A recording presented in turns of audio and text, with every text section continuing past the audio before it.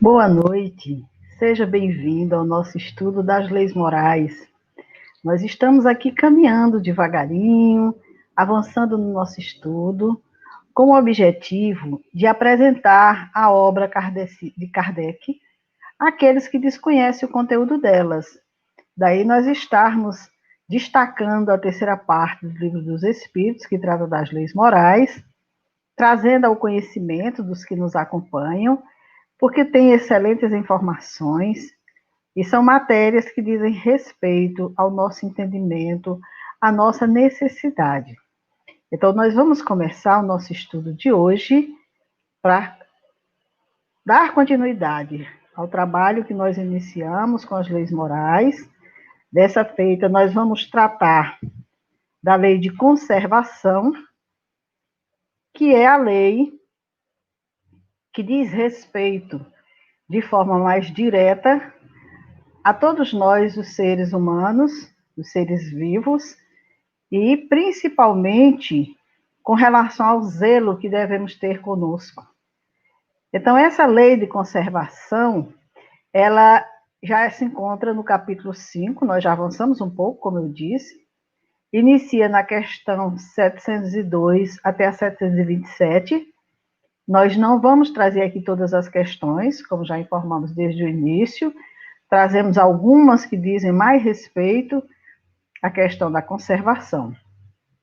Então, essa lei de conservação, para quem tiver interesse de depois consultar na obra de Kardec, no Livro dos Espíritos, ela se compõe de 5 itens interessantes para serem estudados: o instinto de conservação, os meios de conservação, o gozo dos bens terrenos, necessário e supérfluo, privações voluntárias e mortificações.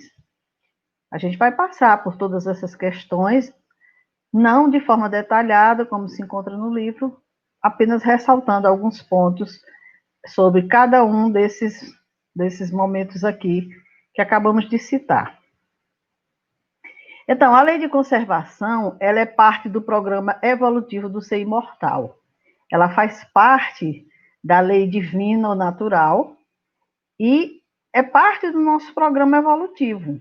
Nós temos que nos conduzir conforme essa lei, para que a gente tenha vida plena, para que a gente possa realizar o nosso projeto evolutivo como ser imortal aqui na Terra, nessa experiência que nós estamos vivenciando, para que tenhamos acesso a mundos melhores, a nos tornarmos criaturas mais evoluídas, mais angelicais. Então, como nós vimos desde o início, essas leis morais são regras constantes e invariáveis, quer dizer, elas fazem parte da nossa vida sempre e não mudam nunca, porque são leis divinas. Elas emanam de Deus e têm por finalidade auxiliar o desenvolvimento consciencial do espírito. Então, essa lei de conservação, ela traz em si esse objetivo, essa finalidade de auxiliar o desenvolvimento consciencial do espírito. Joana de Ângeles, no livro Jesus e o Evangelho à Luz da Psicologia Profunda, nos diz que a inspiração superior vem trabalhando em nome dessa lei, nós aqui dizendo dessas leis morais, para que o espírito modele as asas para a ascensão, através de disciplinas morais e sociais, mediante as quais aprende a dominar os impulsos e racionalizá-los, para que no futuro consiga introjetar o sentimento profundo do amor. Então, a inspiração divina que se encontra nessas leis, elas estão modelando nossas asas, através dessas orientações que a gente, a partir do momento que toma conhecimento e busca colocar em prática, vão modelando nossas asas para a ascensão, vamos nos libertando de alguns vícios, de alguns erros, de alguns enganos, e através dessas disciplinas morais e sociais que essas leis vão nos apresentar, nós vamos aprender a dominar os nossos impulsos, a racioná-los, para que no futuro a gente consiga ter esse sentimento profundo de amor, seres mais aperfeiçoados. E nos diz também Joana de Ângeles, o ser humano é o mais alto e nobre investimento da vida.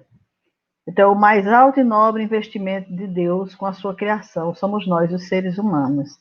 E é claro que em torno dessa criação, todo o amor, todo o zelo, todo o carinho, todo o suporte possível para que essa criação, para que esse ser tenha o melhor, evolua, progrida, eleve-se, seja feliz. O investimento é muito grande da misericórdia divina para nós, os seres humanos. E André Luiz, no livro Missionários da Luz, nos diz: o corpo físico na crosta planetária representa uma bênção de nosso eterno Pai.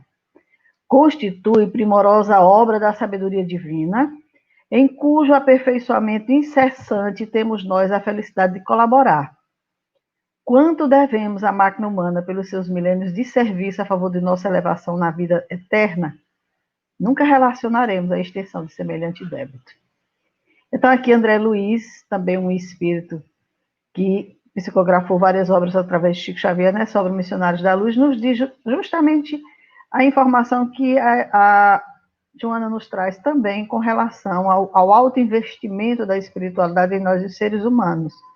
Ele nos fala aqui do nosso corpo físico, que é tão necessário aqui nessa nossa vida terrena. É uma bênção de nosso eterno Pai. Nós não temos ideia da importância desse corpo em nossas vidas. E que ele, como ele diz, constitui primorosa obra da sabedoria divina. Porque se nós formos analisar, se a gente for parar para observar como o nosso corpo é constituído, nós vamos entender que realmente é obra de sabedoria divina. O homem não teria condições e nem capacidade de criar algo semelhante, de maneira nenhuma. E é nesse corpo que nós vamos nos aperfeiçoando incessantemente, até termos a capacidade de conduzir as nossas vidas com equilíbrio, com harmonia, com felicidade.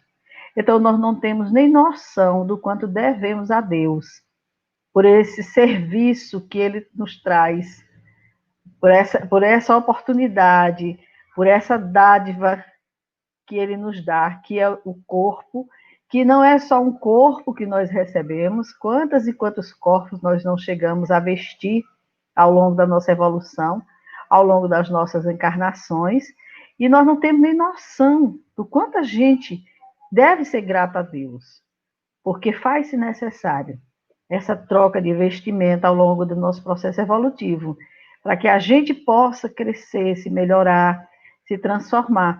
Então, não dá para a gente relacionar realmente a extensão desse débito que nós temos com a misericórdia divina. Basta só que a gente tenha ciência disso, que a gente olhe para o nosso corpo com mais amor, perceba a grandiosidade de Deus em nós e tenhamos a certeza que é uma bênção de nosso eterno Pai para todos nós, os seus filhos. Então, nós vamos iniciar aqui tratando dessa lei da natureza que fala do instinto de conservação, que é a lei de conservação. Aqui na questão 702, Kardec pergunta aos espíritos se é lei da natureza o instinto de conservação. Se é lei da natureza, todos nós termos esse instinto de conservar-nos, de nos proteger. E aí os espíritos dizem, sem dúvida, todos os seres vivos o possuem, qualquer que seja o grau de sua inteligência. Nuns é puramente maquinal, raciocinado em outros. Então, todo ser humano tem esse instinto de conservação. Nos animais mais grosseiros, nos seres irracionais, esse instinto ele é puramente maquinal. O animal foge do predador por um instinto de defesa. Ele também, vamos dizer assim, agride um outro para se alimentar por instinto de defesa, para se conservar. Se ele constrói a sua habitação, é por um instinto de defesa para se conservar. Não tem nada de inteligente nisso. E é puramente maquinal. Agora, no ser humano, aí a coisa já é diferente.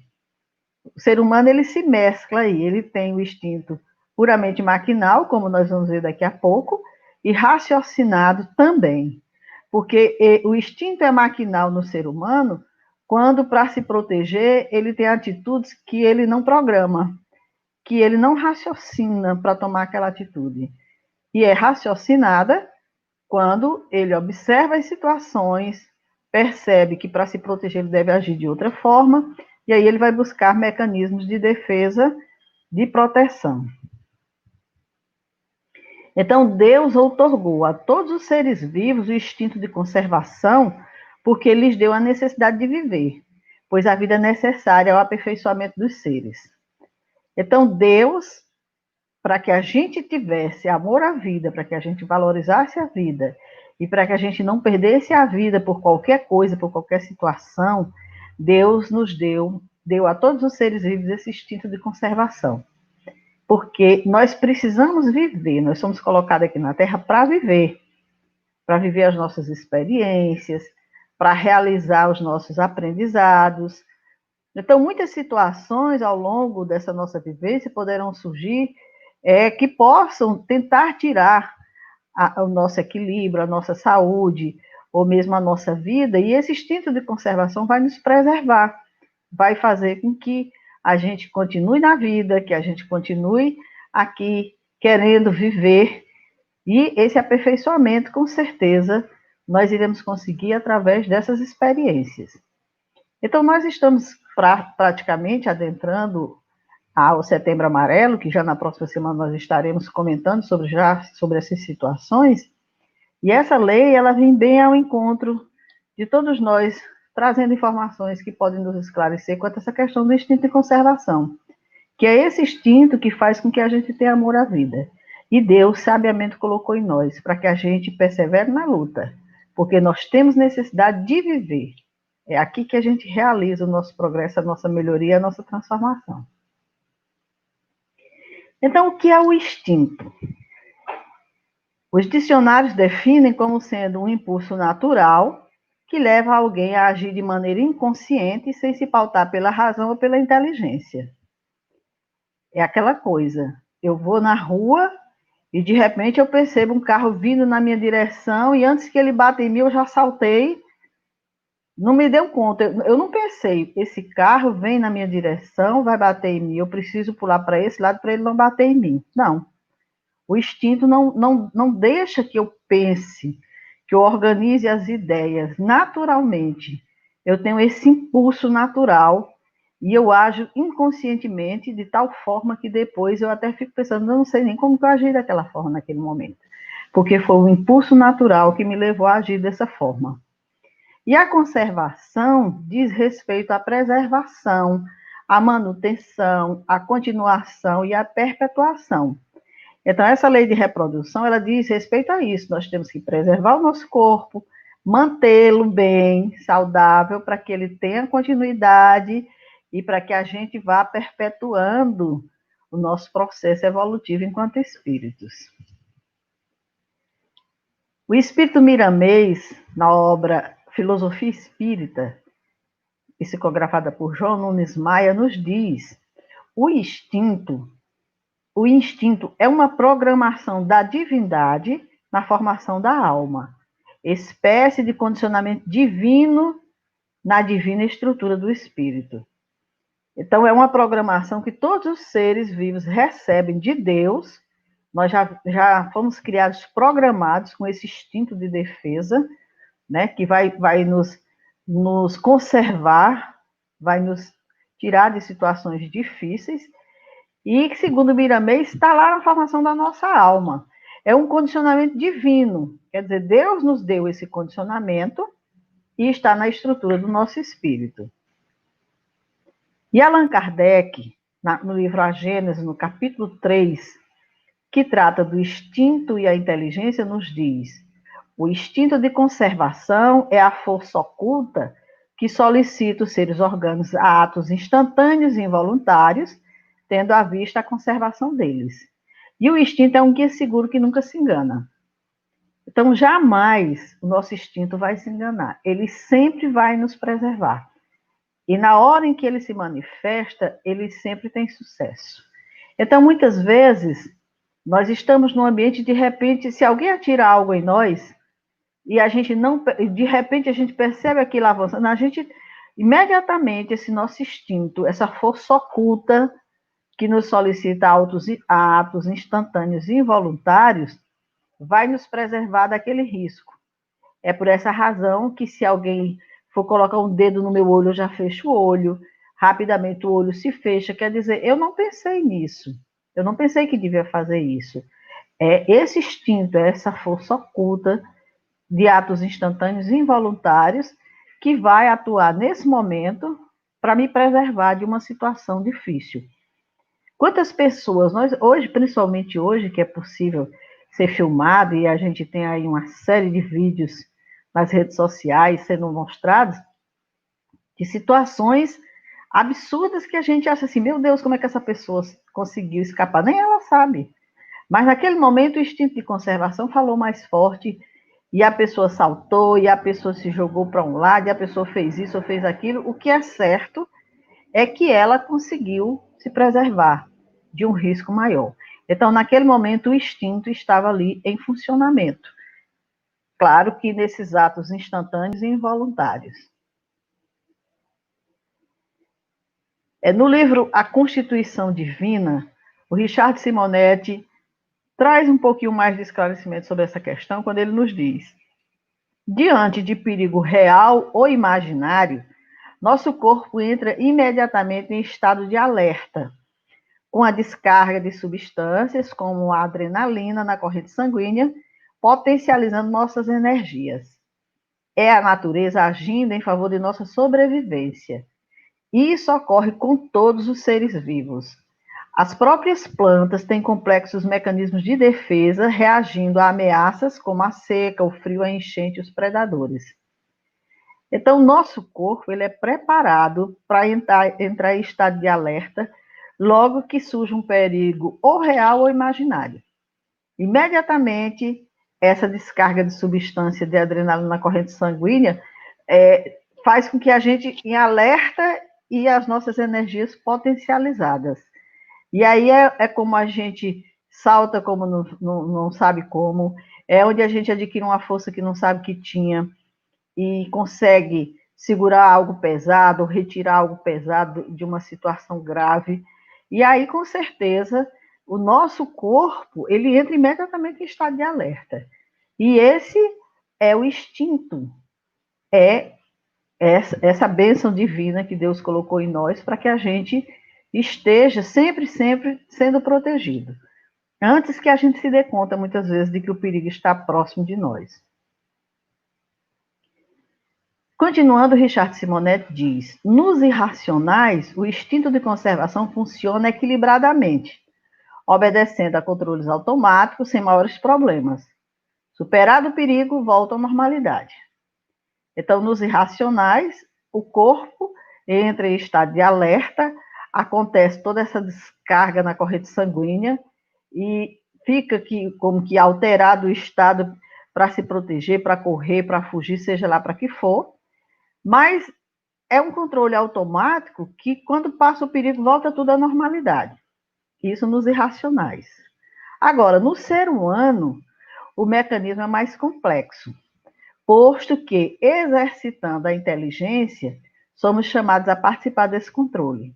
A dificuldade reside em nosso despreparo.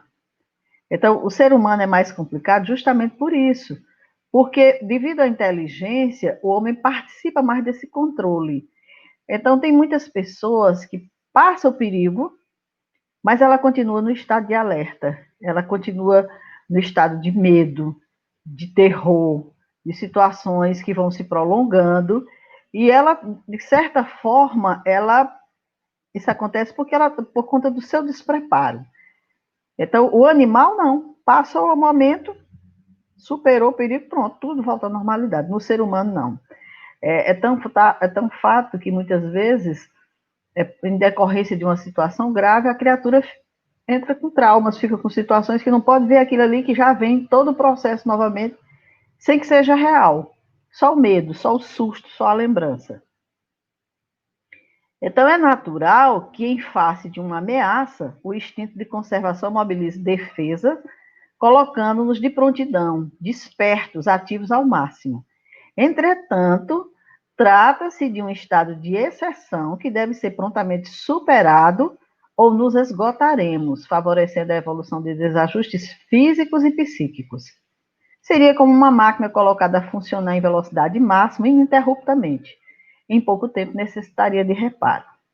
Então é justamente isso. É muito natural que o nosso corpo, por ocasião de uma ameaça, esse instinto de conservação mobilize todas as defesas possíveis para nos manter em prontidão, desperta, ativa ao máximo.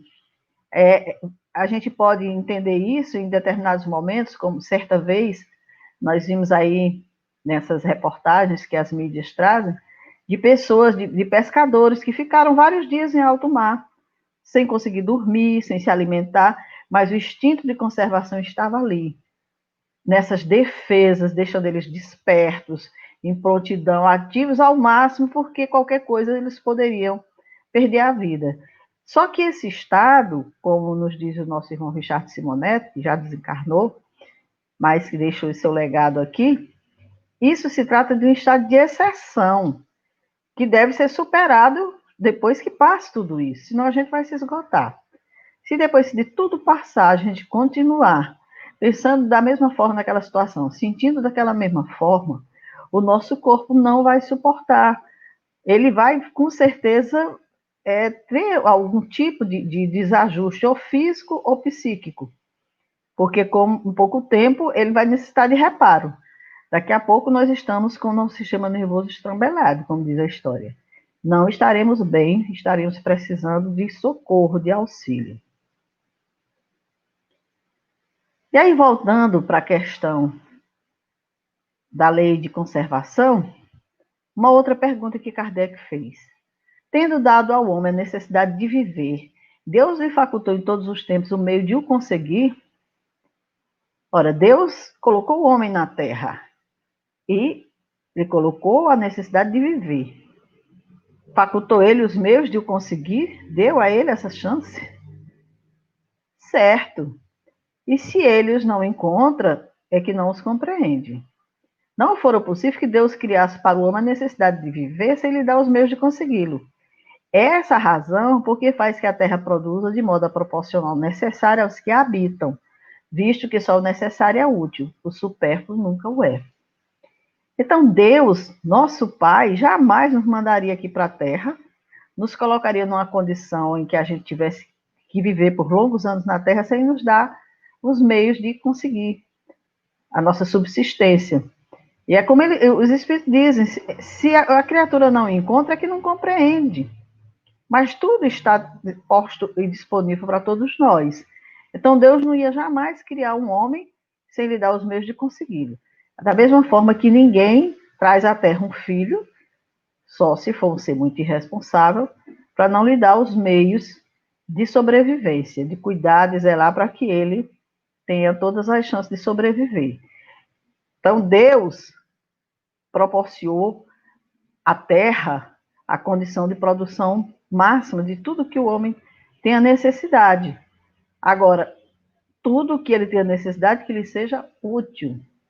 O supérfluo, Deus não se preocupou com isso. E por que nem sempre a terra produz bastante para fornecer ao homem o necessário? Nós vimos aqui no nosso planeta que a fome ainda é muito presente, a miséria ainda é muito presente. Se a terra produz, mas não produz o suficiente para fornecer o homem o necessário, por que que isso acontece? E aí os Espíritos dizem, a terra produziria sempre o necessário se com o necessário soubesse o homem contentar-se. Se o que ela produz não lhe basta a todas as necessidades, é que ela emprega no supérfluo que poderia ser aplicado no necessário. Vendo essa questão, eu lembrei do tempo dos meus avós, em que eu passava férias no interior. E ali, quando eu chegava, existia uma fartura tão grande. Criava-se gado, ovelhas, porcos, galinhas. Todo dia se recolhia aquele absurdo de ovos. O plantio da cana, que ali meu avô fazia rapadura, vendia para ter dinheiro. A garapa da cana, fazia também o mel. tantas situações, plantava feijão, plantava algodão. Então, existia em torno daquela família uma produção que abastecia a todos, claro que com o necessário, porque ali não se tinha luxo, não se tinha riqueza. Ninguém estava preocupado, cada um em ter seu celular, de ter seu carro, de ter sua vida, de ter suas noites, nada disso. Mas o necessário ali se encontrava para todos. E esse era o cenário que acontecia em muitas famílias. Então, hoje, o que, que acontece? Pouquíssimas pessoas querem estar no campo pelas dificuldades, por tantas outras razões, e muitos passam por necessidade nas grandes cidades. E aí, o que, que acontece?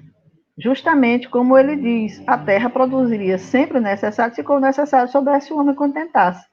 Mas acontece que o homem tem outras necessidades. E ele vai em busca de um conforto que no interior não tem, ele vai para a cidade, ele vai em busca, quando chega na cidade, das melhorias dos confortos que a vida oferece. E com isso, muitas vezes, ele não está preparado para aquele ambiente, para aquele meio, para aquela vida, em termos de trabalho, de escolaridade, de nada. E fica tudo muito difícil. E muitos também por outras situações, como nós veremos daqui a pouco. Então, eu coloquei esse relato familiar só porque eu lembrei exatamente disso. Que aquelas pessoas que estão nas suas terras, nos seus habitats, naquela vida simples, naquela vida humilde, elas não têm o supérfluo. Mas o necessário, todo dia Deus dá. A gente chega lá e tem o leite, tem o necessário do plantio. Ali, muitas vezes, uma agricultura familiar, algo que lhe dê subsistência. Mas, quando o homem passa aí, além do necessário, em busca do supérfluo, isso não é com Deus, isso aí é com o próprio homem. Se é certo que a civilização multiplica as necessidades, também o é que multiplica as fontes de trabalho e os meios de viver. Para todos há um lugar ao sol, mas com a condição de cada um ocupe o seu e não o dos outros. A natureza não pode ser responsável pelos defeitos da organização social, nem pelas consequências da ambição e do amor próprio. O que nós temos visto nos dias de hoje é justamente isso. A civilização cresceu, evoluiu muito.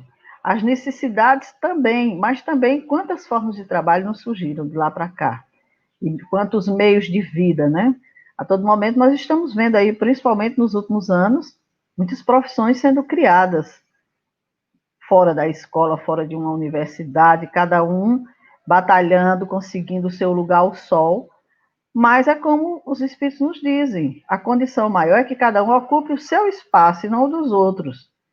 Agora, o que que acontece? Muitas vezes, por conta desses defeitos na organização social e pela ambição, o amor próprio, muitos detêm muito e poucos, aliás, poucos detêm muito e muitos pouco, ou quase nada, ou nada. Tudo em consequência dessa ambição e do amor próprio.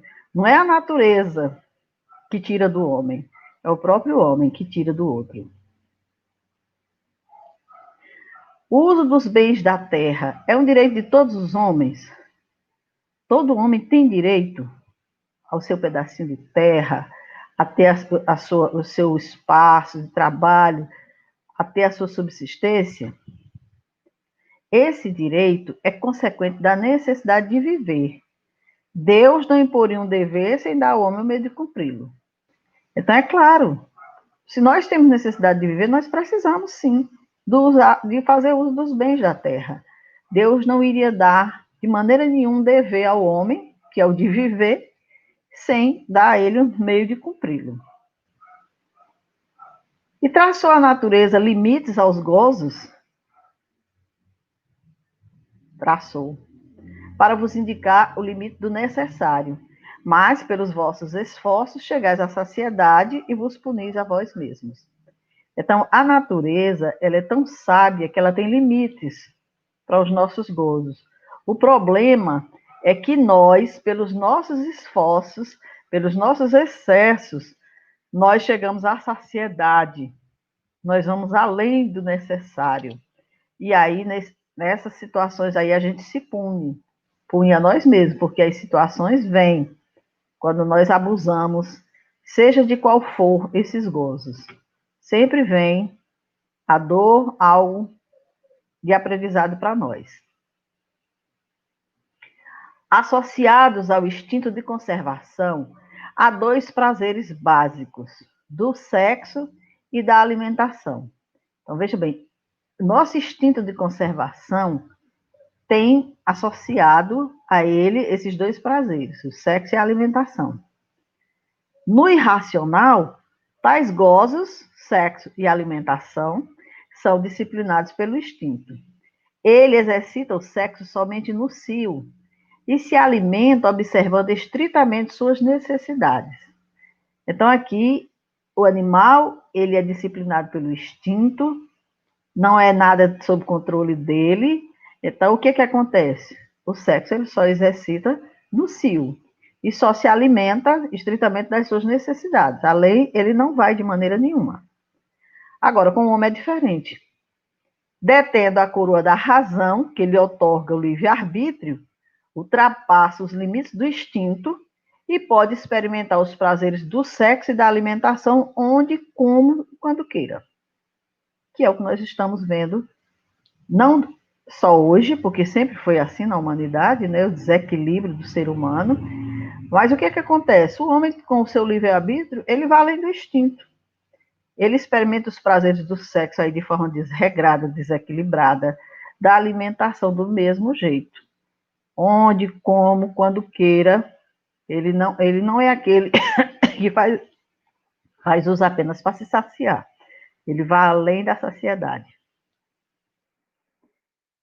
Há o gastrônomo, que estima a mesa farta, que vive para comer, esquecendo-se que deve apenas comer para viver.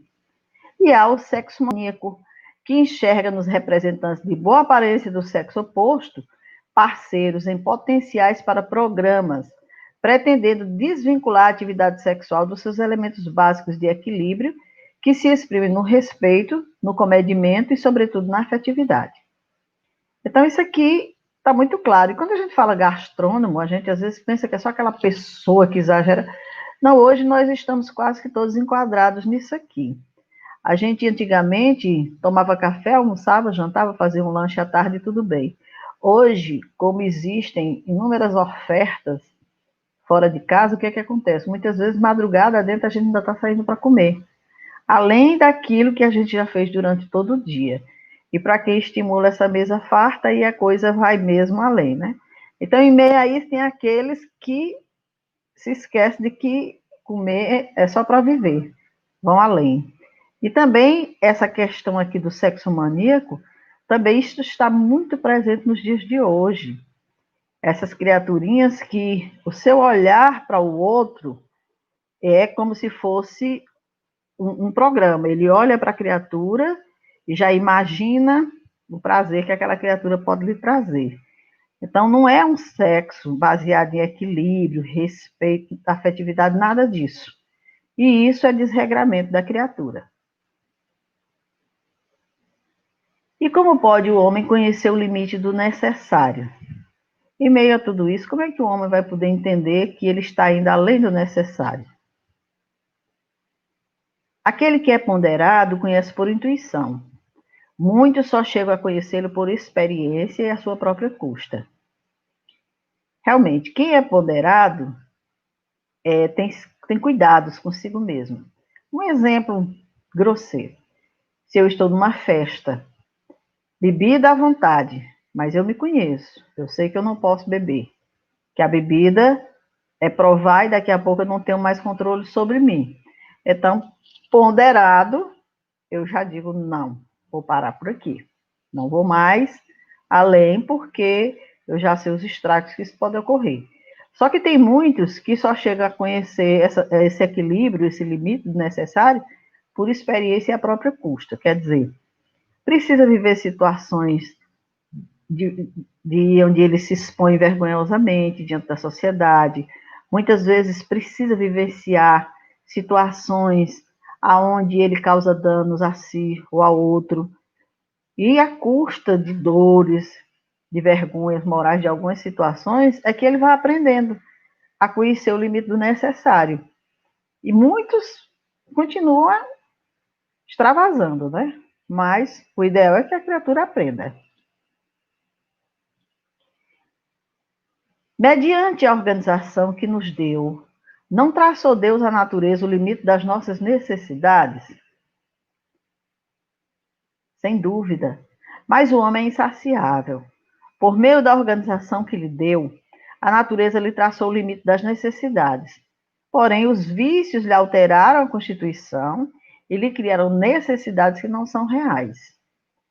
Então, o nosso corpo, essa nossa organização física, ele tem um limite. E todas as vezes que a gente vai além desse limite, a gente sofre. Só que o que acontece? O homem é insaciável. Ele bebe em excesso, ele come em excesso, ele tem prazer em excesso, ele faz muitas coisas em excesso. E com isso, o que acontece? Isso vai alterando a constituição dele e vão criando necessidades que não são reais, que são os vícios, os hábitos, as situações em que ele vai cada vez mais adentrando, se envolvendo, achando que não pode viver sem aquilo, e acha muito natural viver daquela forma, e muitas vezes até olha com um olho desviado para alguém que não lhe acompanha naquela mesma situação. Só que aquilo ali não são necessidades reais. Ele criou necessidades que não são reais. E isso vai repercutir na sua organização física, porque ela tem limites. A natureza lhe deu limites. Uma hora ela vai sofrer os danos desses abusos. A lei de conservação obriga o homem a prover as necessidades do corpo? Sim, porque sem força e saúde, impossível é o trabalho. Então, essa lei, ela obriga que a gente tenha cuidado com o nosso corpo, que a gente atenda às necessidades dele. Porque se faltar a força e faltar a saúde, como é que a gente vai trabalhar? Como é que a gente vai se conduzir na vida? E merece censura o homem por procurar o bem-estar? É natural o desejo do bem-estar. Deus só proíbe o abuso por ser contrário à conservação. Ele não condena a procura do bem-estar, desde que não seja conseguido à custa de outrem e não venha a diminuir nem as forças físicas, nem as forças morais. Então, Deus permite que o homem procure sempre pelo seu bem-estar, conforto, se ele trabalha, se ele traz em si essas conquistas, nada contra, Deus não tem nada contra isso, e até realmente aprova que o homem tem, assim, essa natural aptidão de desejar o bem-estar.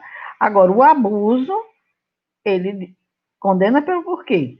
Porque o abuso, muitas vezes, a gente, para conseguir esse nosso bem-estar, nós abusamos de outras pessoas, das capacidades de outras pessoas, de trabalho de outras pessoas, retiramos de algumas pessoas, e isso pode nos diminuir as nossas forças morais. Nós vamos ficar diante da lei em desequilíbrio. E também condena quando a gente, para ter esse bem-estar, a gente vai além das forças físicas. Exageros no trabalho, noites sem dormir, horários fora do normal, e trazendo desequilíbrio, trazendo estresse, uma série de outras coisas, isso aí não é bom. Qual é o bem-estar que se conquista nessa situação?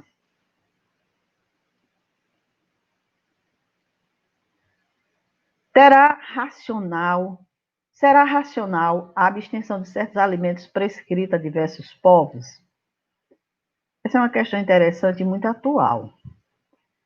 Permitido é ao homem alimentar-se de tudo que não lhe prejudique a saúde. Alguns legisladores, porém, com um fim útil, entenderam de interdizer o uso de certos alimentos e, para maior autoridade, imprimiram as suas leis, apresentaram-nas como emanadas de Deus. Então, desde o tempo de Moisés tem isso. É como se Deus tivesse proibido isso ou aquilo. E, de certa forma, era para regular consumo daquelas criaturas, abusos, coisas dessa natureza.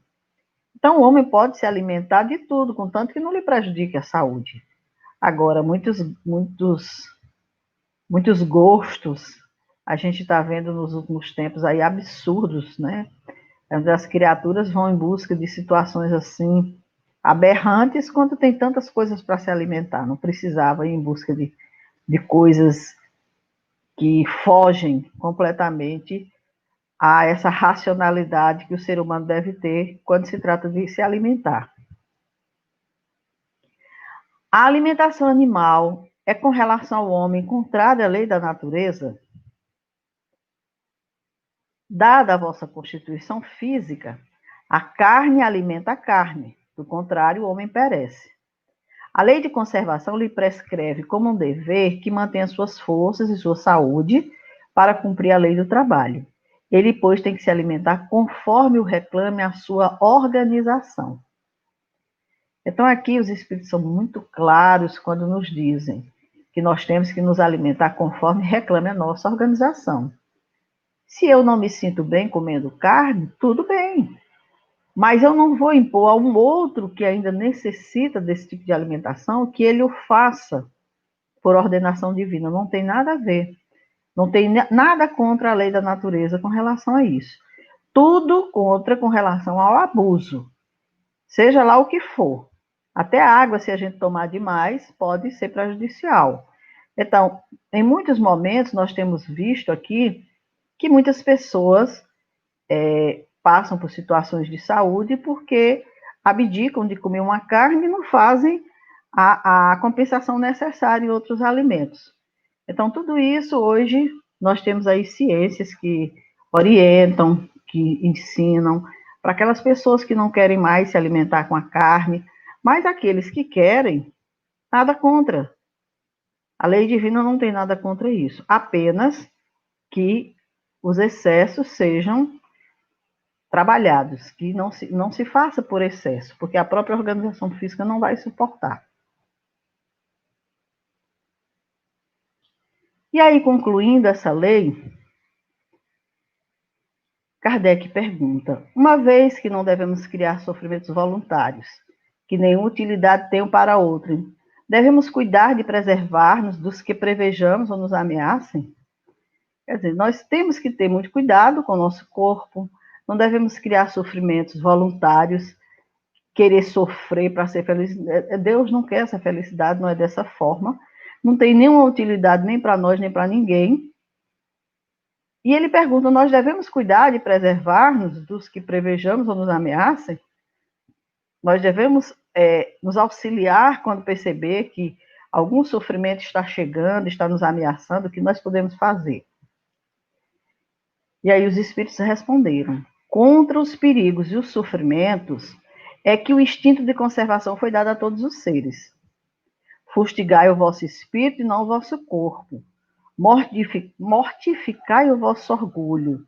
Sufocai o vosso egoísmo, que se assemelha a uma serpente a vos roer o coração. E fareis muito mais pelo vosso adiantamento do que infligindo-vos rigores que já não são deste século. Então, nada de buscar sofrimento, dor voluntariamente para avançar. Nós não avançaremos de maneira nenhuma. O caminho do avanço moral e espiritual é justamente esse: mortificar o nosso orgulho, sufocar o nosso egoísmo. Isso sim, nós estaremos fazendo muito mais pelo nosso adiantamento do que trazendo dor, sofrimento para nós. Porque se Deus colocou esse instinto de conservação em todos os seres, foi justamente para nos prevenir contra perigos e sofrimentos, para que a gente possa, mediante essa ameaça, já ir verificando o que podemos fazer para evitar esse sofrimento, para evitar, com certeza, os perigos que possam nos alcançar.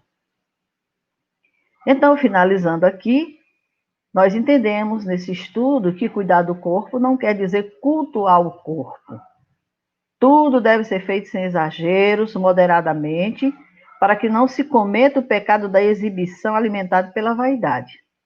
Então, cuidar do corpo não é passar 24 horas na academia, fazer exercícios, cuidando de cremes, disso. Não é nada disso. Nada contra a quem faz. Mas sem exagero, moderadamente. Porque aí Na verdade, quando essa coisa acontece na base do exagero, a criatura entra nessa condição de exibição, de vaidade, e isso não é muito bom para o espírito. Então, cuidar do espírito também através dos bons pensamentos, das boas ações, do nosso comportamento, da nossa boa conduta moral e principalmente da prece. Então, cuidar do corpo e cuidar do espírito. E esse precisa ser cultivado como um campo, como nos diz o Evangelho. Então, que esses ensinamentos que nós trouxemos nessa noite aqui, com relação a essa lei de conservação que a doutrina espírita nos apresenta, que a gente possa entender que, como criaturas divinas, somos muito amados por Deus. Todo um projeto foi criado para que a gente estivesse aqui na Terra, nos deram um corpo belíssimo. Basta que a gente perceba os bebês quando chegam na sua perfeição, todos aqueles que chegam com saúde, é que daqui a pouco estão todos bonitinhos, rosadinhos, gordinhos, uma saúde grandiosa. E aí, quando cresce, o que acontece? Começam os exageros, começam as desorganizações, os desequilíbrios, e aí vem as dores, vem os sofrimentos, vem as doenças, vem as dificuldades. Tudo isso por conta do nosso livre-arbítrio. Mas o instinto de conservação que estava presente em nós, a todo instante estava mandando mensagens de alerta para que a gente cuidasse, para que a gente se precavesse de todas essas questões. Então, nós vamos ficar por aqui, por hoje, agradecendo aqui os nossos amigos que nos acompanham, que estão conosco aqui, a Luane, a Eliane, a Márcia, Eulenice, o Gilfran, a Jacira e a Augusta. E a gente vai, se Deus quiser, na próxima quinta-feira, dar continuidade a uma outra lei que se contrapõe a essa. Nós acabamos de estudar a lei da conservação, na próxima quinta-feira nós vamos estudar a lei de destruição. E a gente vai ver que existe lei para destruição? Sim, existe. E nós precisamos conhecer para saber qual a importância dela em nossas vidas. Então, uma boa noite a todos, muita paz e até a próxima quinta-feira, se Deus quiser, com mais um estudo dessas nossas leis morais, leis de amor que Deus nos trouxe. Muita paz, uma boa noite a todos.